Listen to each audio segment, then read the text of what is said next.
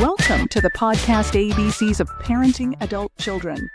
Please join us as we discuss parenting adult children and the unique struggles that it comes along with.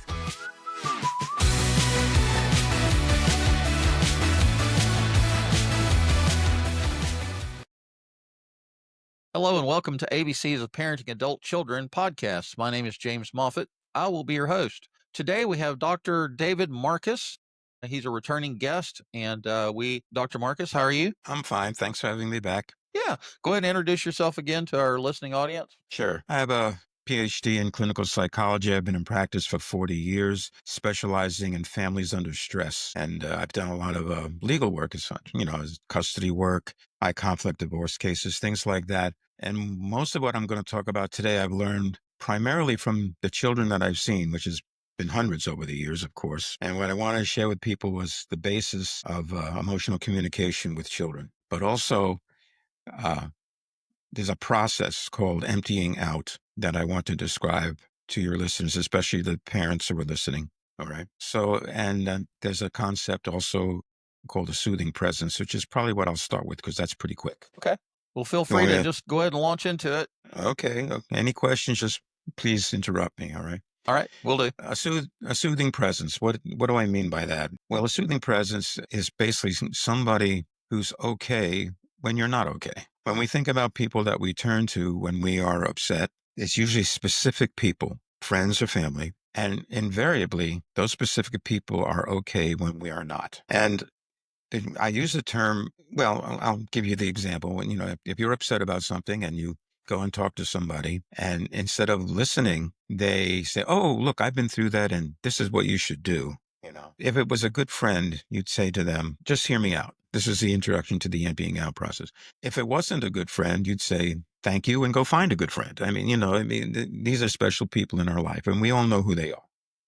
And I use the term soothing presence as opposed to soothing parent, because the parent is trying to create a soothing environment. Okay. Spouses are trying to create a soothing environment for their children and for each other. And that gets into lifestyle, which we're not going to talk about too much. But if we're all under stress, which a lot of us are, that's why I specialize in families under stress, it's very hard to be a soothing presence. So one of the things I have to talk to parents about is lifestyle, And so I'm not going to get into the sociology of two-income families and how stressed people are these days, but this is that's why I use the term soothing presence, because you can't just say, oh, just do this and you'll be a soothing presence, because you can't do it if you're all head up about something. So bearing that in mind, we're assuming that the person is a soothing presence and the other person is upset and they need to be emptied out. Now, I need to explain the term filled up so that you understand the term emptying out. And okay, what do I mean? Well, this is how I explain it. We all have an emotional space within us. And when we think about this, we sometimes point to our chest, like our heart, But obviously it's, associations in our brain. And this emotional space, it's a psychological space, gets filled up with intense emotion, anger, anxiety, fear, frustration. In fact, in little children, it can be even intense glee at getting the littlest toy. The point I'm trying to make is, when we're filled up, what happens to us? Well, it's uncomfortable. We feel its intensity. We feel it's like we're not in control of our emotions sometimes. Sometimes we wonder how come we're feeling that way. So what do? We focus inwardly on how we're feeling and try to deal with it. And we have lots of ways of dealing with it. We may journal. We may talk to somebody. We may go for a run. We may watch TV and distract ourselves. The point I'm trying to make is that we're focused inwardly on how we feel, trying to deal with it, trying to deal with the intensity of it. So by definition, we are not focused outwardly on what people are telling us. The best example I can give you is if you ever heard the term a blinding rage. A blinding rage. Well, that's a very descriptive term. And the reason it's descriptive is because when people are so filled up with anger, they're literally blind to whatever you're saying. And, you can give the most logical explanation to somebody who's in a rage about, why they shouldn't feel that way and this is okay and everything is, they won't hear it. They'll hear that 5% that somehow supports their rage, and they just get angrier. And this is how couples sometimes throw up their hands and go, I can't talk to you. Starts building walls and history like that. So is that why it's not good to tell your spouse just get over yourself or calm down? Yeah. Does that help you? It doesn't help anybody. No. Just calm down. Well, if I could just calm down, I would. You're not helping me. All you're doing is telling me the message there is, I don't want to hear it. The message is it's upsetting me, and so stop it. You see what I'm getting at? The message is, and it'll again, with an adult, you'd say, hey, just hear me out. But little children, for instance, they're not going to turn to their mom when they're 7 years old. Mom interrupts them and starts lecturing them about something. A 7-year-old's not going to turn to their mom and say, Mom, will you just shut up and listen? I mean, they're not going to do that. They'll just sit there and listen and listen. And uh-huh. And mom thinks, or dad, thinks, oh, we got it nailed. He understands now. Child understands. Until something similar happens later, and they're just as upset as they were the time before. I thought we talked about this. No, you didn't. All right. So, so how do you empty somebody out? That's what I want to talk about. I'm trying to get right to it. Well, the thing to understand is that we know when we're filled up, we have phrases that describe it. I've had it up to here. The straw that broke the camel's back. So the person is aware when they're filled up and they need to be emptied out. What the soothing presence who's emptying them out, who's okay when they're not, the other person's not, needs to understand is that they need to be emptied out on 3 different levels. And this is where this is the thing I want to emphasize the most. All right. 3 levels. The most superficial level is the here and now. Right. And we have lots of words to describe the here and now. And I'll give you a silly example that I use. You didn't take out the garbage. Well, we have lots of words to describe why you should take out the garbage, right? The logic is, hey, it's your job. It's beginning to smell, all the things that we can say. Fine. But what happens to the next deeper level, which is I call the history level? History level. Well, the example extends because this is the 6th time I've asked you to take out the garbage and you haven't done it. Now, obviously, the reaction to the 6th time is going to be a lot more intense than to the first time. But if you didn't know the history, you look at that person from the outside and go, what's the big deal? So they didn't take out the garbage. You see, the logic begins to break down. But people stick to that logic and they're missing the boat. That's the point. The deepest level is what I call the tapped into level. These are my terms. They're in the book that we've talked about the first time. What is that? The tapped into level is this. The fact that you didn't take out the garbage after I asked you 6 times means you don't listen to me. I hate when people don't listen to me. My brother and sister never listened to me. I hated when they did. This one can go anywhere, based on your own experience. The kicker here is that most of the intensity of people's reactions are not on level 1, the superficial logical level. It's coming from the history level, like, uh-oh, here we go again. And the deepest level, you're really hurting my feelings and you're making me really mad. All right. But most people try to argue on level 1, just saying you shouldn't feel that way because of X, Y, and Z. But the person's filled up with all from level, the history level and tapped into level, and they don't hear it. Okay. So how do you empty them out? Well, the logical level is easy. We have lots of words to describe that. How do you know how to empty out somebody on the history level? Well, sometimes they'll let you know. They'll say things like, you always do this. Well, you never do that. Well, now they're emptying out on previous experiences. That's the history level. That's oh, here we go again. That needs to be emptied out. And we'll talk about how the person can do it in a second. The deepest level is when they get to it, if they can get past the logic, etc., is to say, hey, you're making me feel like this. And I didn't like it when that happened to me before. This predates our marriage. My kids do the same thing to me and I can't stand when they do. This one can go anywhere. Mm-hmm. You need to be aware, the soothing presence person, the emptying out person needs to be aware of these 3 levels because they all have to be emptied out if the person's then going to be able to hear whatever explanation you have. All right. So you be the soothing presence, person says, this is what's going on. That's really upsetting me. Okay. Let's basically get it off their chest. And one of the questions they can ask, because, if they don't hear, you always do this, or you never do that, is to simply ask, has that happened before? Have I done that before? Now, you have to understand it's a soothing presence. And if it's about somebody else, you can just go right to this. If it's about you are doing this to me, well, the natural response is to get defensive and logical.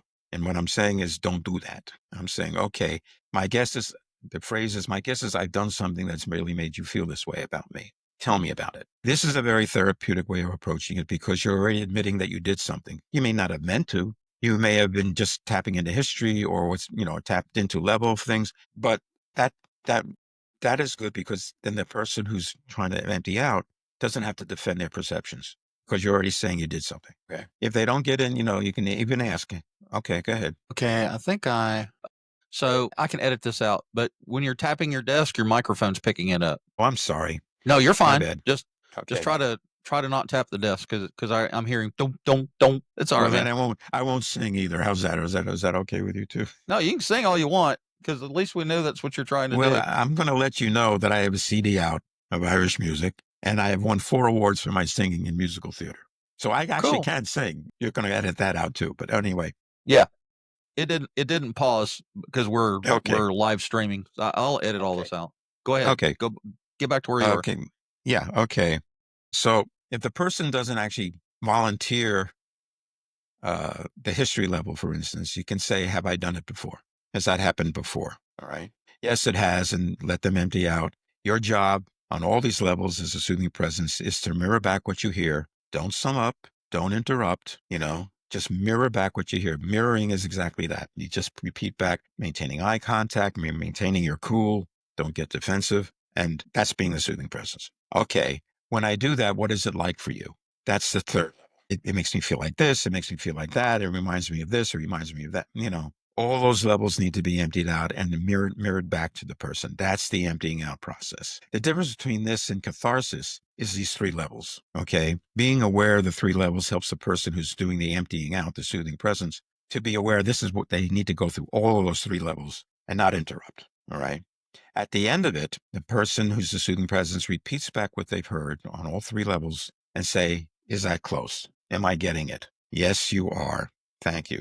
The thing that I may have mentioned on our first podcast, when somebody feels truly heard and understood, that gives them the hope that things can be better. That's what you're doing. That's why it's so therapeutic. And now the person's emptied out. And now is the soothing presence, if it's addressed against them, not against them, but a problem with them, they can say, the first thing they do is honor the perception. They say, based on how you see it, no wonder you feel the way you do. Now notice the qualifier, based on how you see it. Now it's the person, now is the time to say, I see it differently. I don't blame you for seeing it your way, but this is how I see it. And then they're emptied out.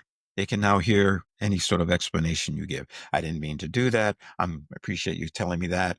This is what was going on. So that's why I did what I did. And this creates the dialogue without the defensiveness. Couples need to be able to do this for one another. You hear the phrase opposites attract. In some ways, that's an advantage because what really bothers one person won't bother the other and they can soothe one another. And I'm simply going through the process of what it requires to take somebody who's filled up and empty them out. All right.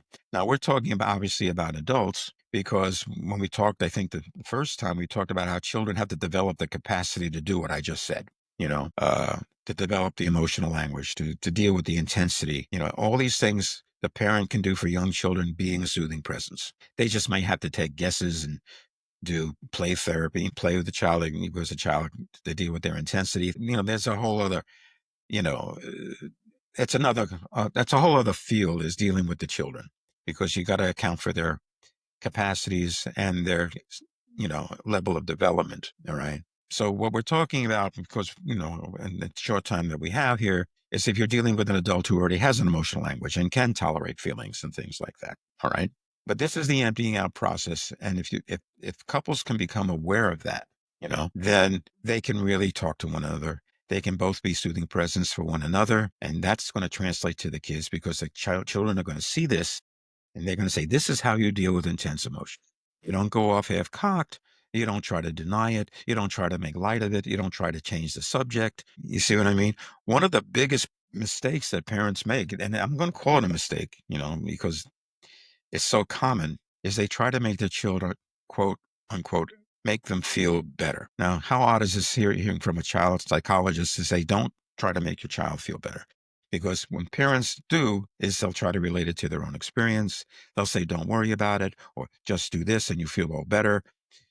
That's, this is the typical ways people try to make their child feel better. All they're doing is cutting off this emptying out process. That's all they're doing. Then where's the child going to go? Mom told me what I should do. Where am I going to go? You see, in a way, it almost makes it unsafe because the child then builds up their own history of perceptions of the parent and says, if I tell mom this, she's going to just tell me what to do, or she's just going to try to make a joke out of it, or she's going to get really mad at me, And, then it's not safe. Then the child is not going to talk to their parents. You see, so this is the child part of being a soothing presence. How to soothe people differs. You soothe an infant by holding them and cooing to them, and the rumble of your chest, the warmth of your body. As children get older, you start using words. Younger children may need you to take guesses about how they feel, so they can just go because it's a lot easier for them to say than try to explain their feelings because they don't have the language yet. As they get older, fine. Teenagers, that's another kettle of fish because they have a great sense of privacy and they don't want you to know a lot of the things that they're doing, basically. And so, Right. but if you develop this soothing presence, the child can learn, internalize the soothing presence, and they can now soothe themselves. And then in children, the term for that is called resilience. The child is resilient. In adults, it's called stress tolerance. And we know that part of maturation is somebody who can tolerate stress and deal with it successfully. You see, if you never have those experiences and don't develop the emotional language and you still feel things intensely and they're all inside, well, then we have a much different situation because, a 5-year-old will throw a tantrum because they don't have the language and they're feeling things intensely. We deal with that. If the same thing happens in a 17-year-old, that could be jail time. I mean, you have to develop this capacity. When we see people who sort of go off half-cocked, that's the term we use, we call them immature because they are. So that's it in a nutshell. I'm looking at the time. You said about 20 minutes. No, it's okay. So, are we We good? can Are go we we good? can go between 20 and 30 minutes. That's fine. I don't want to go Okay. over 30. No, okay. But do you have any questions or comments that you'd like to ask Well, me? yeah, I'm just sitting here thinking that and I may be wrong, so correct me, but you're talking a lot about emotional intelligence, right? And people being aware of what's going on inside of their head and their emotions, right? And I was sitting here thinking, like we talked before I hit the record button, my parents were not a soothing presence at all, ever. And so I never really wanted to tell them anything. And of course there were the lectures, there were the spankings, the beatings, blah blah blah, the yelling, the Yes. screaming. And Yes. so yeah, I learned at a young age, don't make dad mad, stay under the radar and don't get on his crosshairs, don't do what he told you not to do, right? Because you knew that was you were gonna incur his wrath or whatever. Yes. And so anyway, I probably had to heal from a lot of that as I grew up and became an adult myself and had children of my own. And this emptying out process, the 3 different levels that you talk about, which I want you to outline that again before we get off of here. But Yes. I'm thinking that men in general are probably not real good at being in touch with what's going on inside, because I was raised, in the 70s and 80s, and men don't cry, men don't get emotional. You pull yourself up by your bootstraps, and Yes. so we were not encouraged to talk about emotions. We were not encouraged to talk about what had us upset, or we were taught to bottle all that stress up inside us and to not let it out, because that's not what men do, right?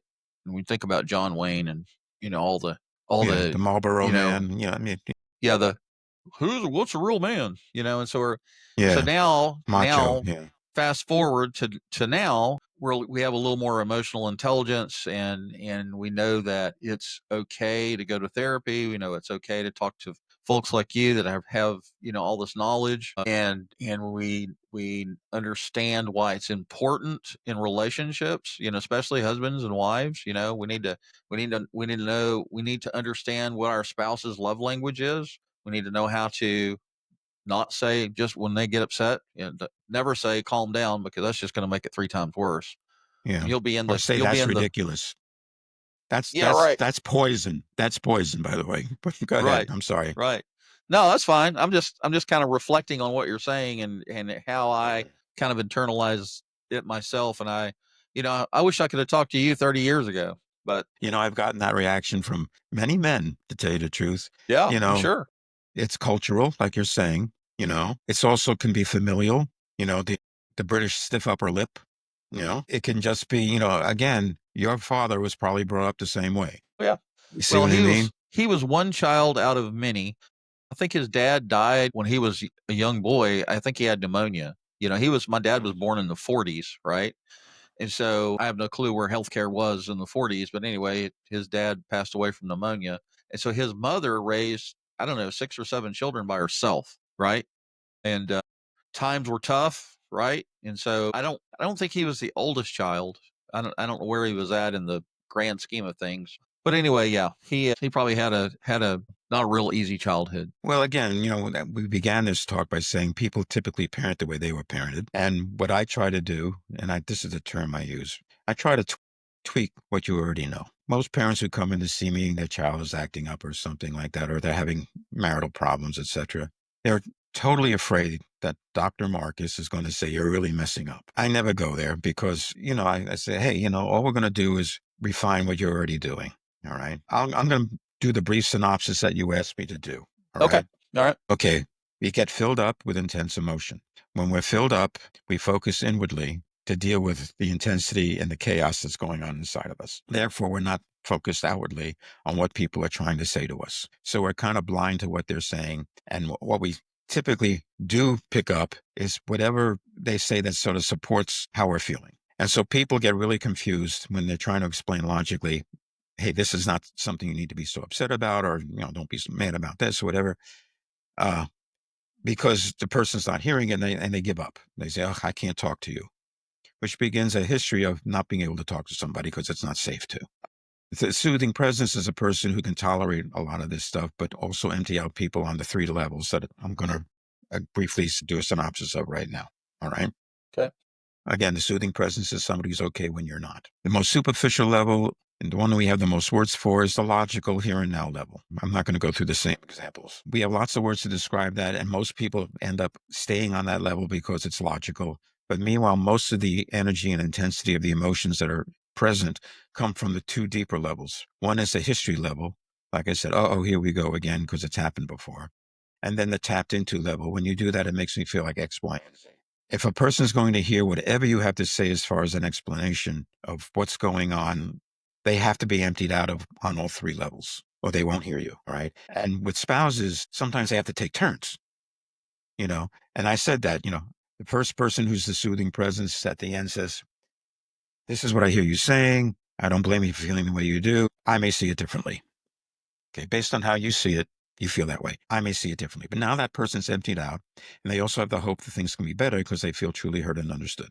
Now it's the soothing presence switches the roles. This is why opposites attract, like I said earlier. Okay, now the other person needs to take on the role of the soothing presence and empty out the first person. Same thing, 3 levels. At the end, okay, we understand, we're emptied out now, we understand where each other's coming from, that it's only partly about what you did or what I did, and a lot of what's being tapped into in the history and in our previous emotions. So now we get to the constructive part, which is basically, what can we do about it? Now, the we is important. It's a merger.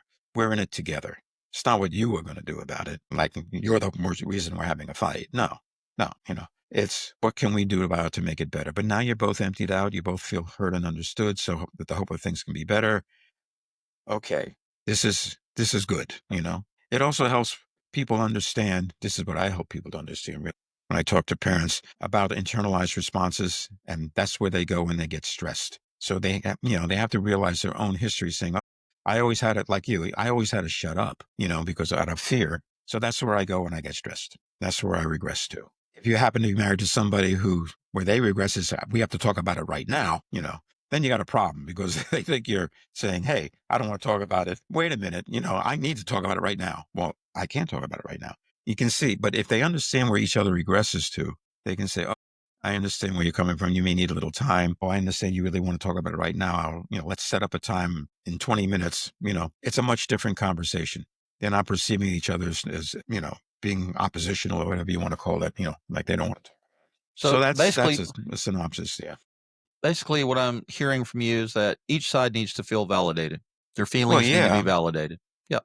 Yes, but they have to be expressed first. We're Right. talking about the communication about it. You can't just turn to somebody and say, oh, I don't blame you for feeling what, if they haven't even explained it, you say, oh, yeah, I'm sure you feel that way. Let's think about what we can do about it. No, that's not validating their feelings. What validates their feeling is being truly heard and understood. That's what's validating their feelings. All right. You can't shortchange this process, by simply saying, it's like a parent turning to their kids saying, oh, you can always talk to me. No, it's based on a history of, what the parents, when they've tried to talk to their parents before. it's almost a foolish thing, you know, to say that if you think about it. You can always talk to me. Well, not if you're going to make fun of me, not if you're going to redirect me, not if you're going to get angry, not if you're going to get defensive, not if you're going to explain things all logically and not let me talk. Guess what? I can't talk to you. You see, and these are assumptions people make just by saying, "Oh, you can always talk to me." No. And again, the adult version of this is, if somebody did it to you, would it be helpful? No. You tell them to just hear me out, or find somebody who'll listen to you. So, these are the assumptions people make in relationships, and they build up this history of not being able to talk to one another. And then we get into, oh, here we go again. If I try to talk to my dad, he's just going to get mad at me and maybe punish me. It's not safe. You just keep it inside. You internalize it, and then you have to find somebody who can help you with it. This is good stuff. I appreciate you sharing this with us and with the listening audience. Sure. Thank you for being here, Dr. Marcus. And I'm sure we will do some more of these as time goes on, and some short videos that'll be bite-sized videos that people can sink their teeth into or listen to as they're going about their. Let me plug the book, because that's what we're here for. Ahead. Okay. Absolutely. Hold on. I always have to look up the title because it's too long for me to remember. So give me a second. It seems silly, but it's the truth. All right. I get it. All right. I have days I can't remember my own name sometimes. Hey, I'm getting old too. What can I tell you? All right. Parent RX is the title of the book, subtitle, Prescriptive Wisdom, Tips and Strategies for Communication with Your Child. That's the title of the book. That's the working title right now. The book is, forthcoming. It's not out yet. We're just trying to get it done. But, they can visit my website and get a lot of this information from this podcast and other ones that I've done with you and other people. That is, parentrx.org. One word, parentrx, like prescription, parentrx.org. And they can go to the website and see what, I've been saying to other people, etc. Very good. Well, parentrx.org is pretty easy to remember, I think. Mm-hmm. So to the listening audience, I'll say thank you for the privilege of your time. You can listen to this podcast on Captivate.fm, Amazon Music, iHeartRadio, Apple Podcasts, and Public Radio. You can watch the video episode on rumble.com. That's rumble.com. Our website is located at parentingadultchildren.org. Common spelling, parentingadultchildren.org. On the website, you can get my contact information. You can send me an email, leave me a voicemail, and I'll get back with you. You see in the blog section, you'll see the upcoming show schedule. I put 2 months worth of episodes there for you to see. And there's a place to leave a review for the podcast episode. Now, a lot of people listen to this podcast on Apple Podcasts because I guess everybody has an iPhone or an iPad, or a lot of people do. And so a lot of people use Apple Podcasts. And if you're listening to this episode on Apple Podcasts, there's a place right there on your smart device where you just click and leave a review while you're listening to it, right? So please do that. New episodes are released every Friday morning at 8 a.m. And thank you for being here. Thank you for listening. And stay tuned to more episodes in the very near future. And thanks again, Dr. Marcus. Thanks for having me. Appreciate it. Please tune in next week for another episode of our podcast on parenting adult children.